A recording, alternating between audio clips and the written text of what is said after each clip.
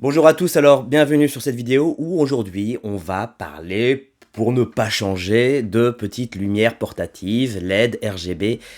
Vous savez ces petits projecteurs que j'ai longtemps expliqué depuis maintenant quelques années sur ma chaîne, où je démontre quand même par le biais de tournages successifs que certains projecteurs peuvent être pratiques et peuvent être, on va dire, certains projecteurs peuvent sauver, on va dire, à la dernière minute, un plan.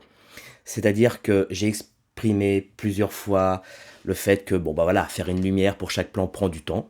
Voilà, c'est normal, hein, ça prend 5, 10, 15, 1 heure, ça dépend. Mais voilà. Et souvent, quand on a commencé à tourner la première prise, où on voit réellement une vraie mécanique, une vraie répétition, d'un coup on se dit, mince, j'aurais bien mis un petit projecteur là au fond, là, ou sur le coin, ou pour déboucher, ou pour éclairer un peu quelque chose qui est un peu sombre au fond, ou pour éclairer un peu plus la face du comédien.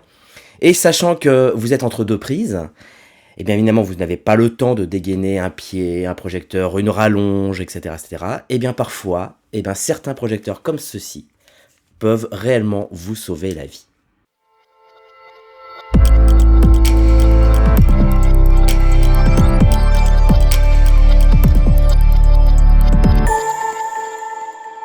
Alors j'ai déjà proposé ce genre de projecteur, hein, notamment chez Nine Light. Celui-ci est différent, il est de chez la marque Falcon Eyes, donc c'est une autre marque, un peu plus low cost on va dire. C'est un projecteur qui est beaucoup plus puissant, puisque celui-ci fait exactement, que je ne me trompe pas, 13 watts, alors qu'il faisait moins de 10 watts, je crois, le Nanlite. Donc vous avez deux modèles, hein. Vous avez le premier Irisa 1 qui fait donc 13 watts et une trentaine de centimètres, et vous avez l'Irisa 2, que vous pouvez voir sur leur site internet, qui est plus fort, hein, on va dire, qui fait 65 centimètres, je crois, et qui fait 25 watts. Donc voilà, donc au moins on a un petit duo de choc de projecteurs parce que voilà, c'est bien beau tous ces projecteurs de toutes les marques qu'on utilise, mais il y a un réel problème en fait, c'est que si vous les mettez tous à 3002, vous aurez jamais le même 3002. Et ça, c'est un réel problème lorsque, comme moi, on travaille beaucoup en LED. Donc c'est vrai que si vous avez envie de vous équiper pour faire des films corporate, des films de fiction, vous avez envie d'acheter de la lumière, je ne peux que vous conseiller d'essayer de trouver un fabricant un peu comme Falcon Eyes qui présente plein de projecteurs, une multitude de projecteurs pour rester dans la même gamme. Parce que si vous les mixez entre eux, eh bien si vous avez des marques différentes, franchement c'est une galère sans nom. Ça fait très longtemps que je l'ai, je devais faire une vidéo depuis très longtemps, je m'excuse auprès d'eux.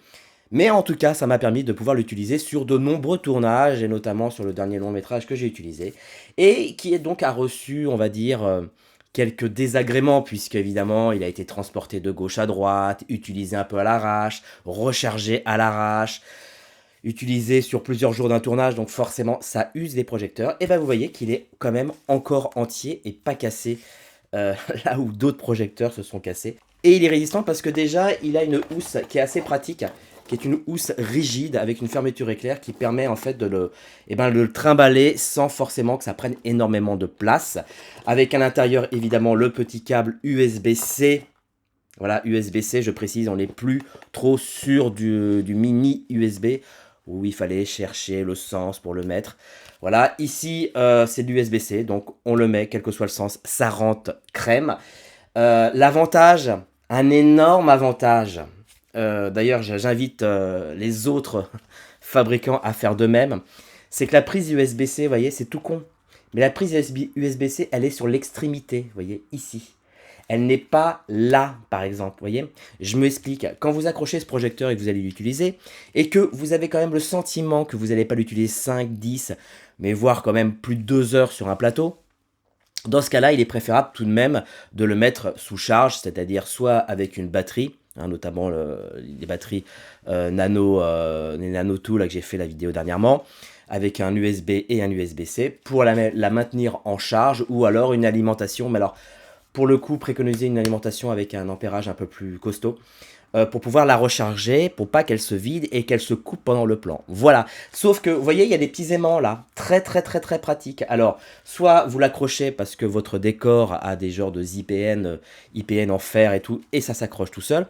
Ou si vous n'avez pas, vous prenez, vous savez, vous achetez des petites plaques en fer et que vous gaffez, tac, tac, sur des murs, et hop, vous accrochez et ça tient tout seul. Très pratique pour faire des contres.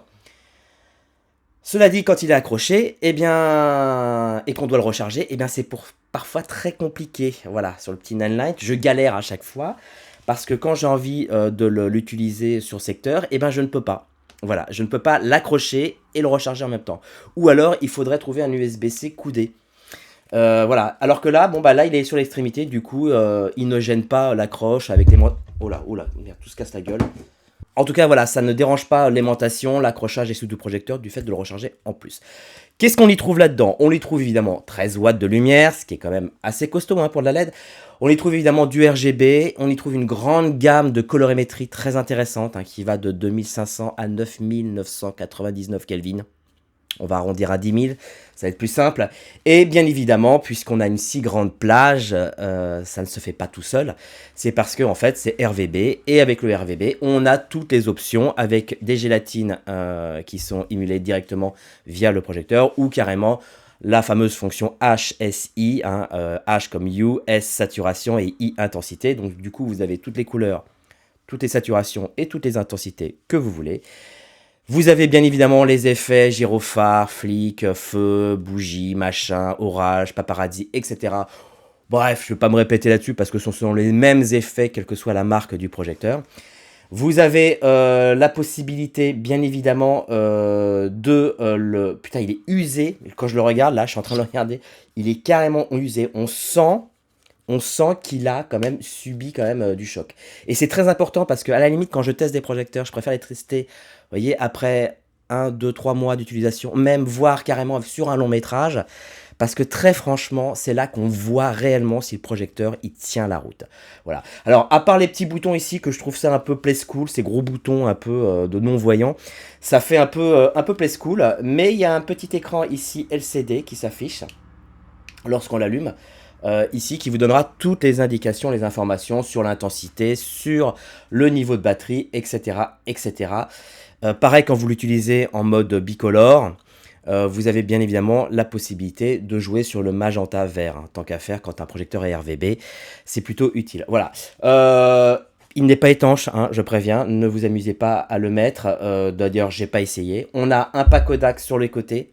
Éventuellement, si on veut le mettre sur un petit pied, une rotule ou grâce à un Spigot de 16.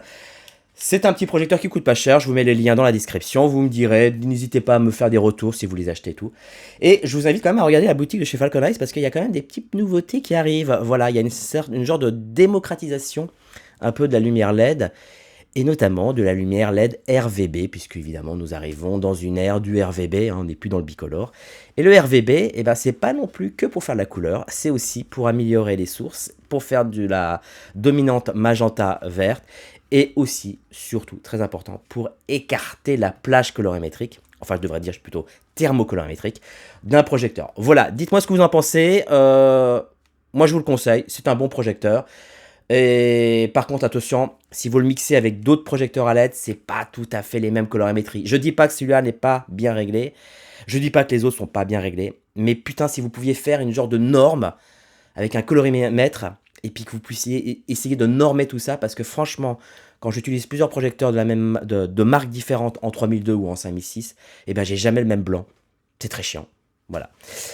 Petit coup de gueule en passant. Merci, à bientôt, pensez à vous abonner, et moi je vous dis bientôt pour une prochaine vidéo. Voilà, ciao!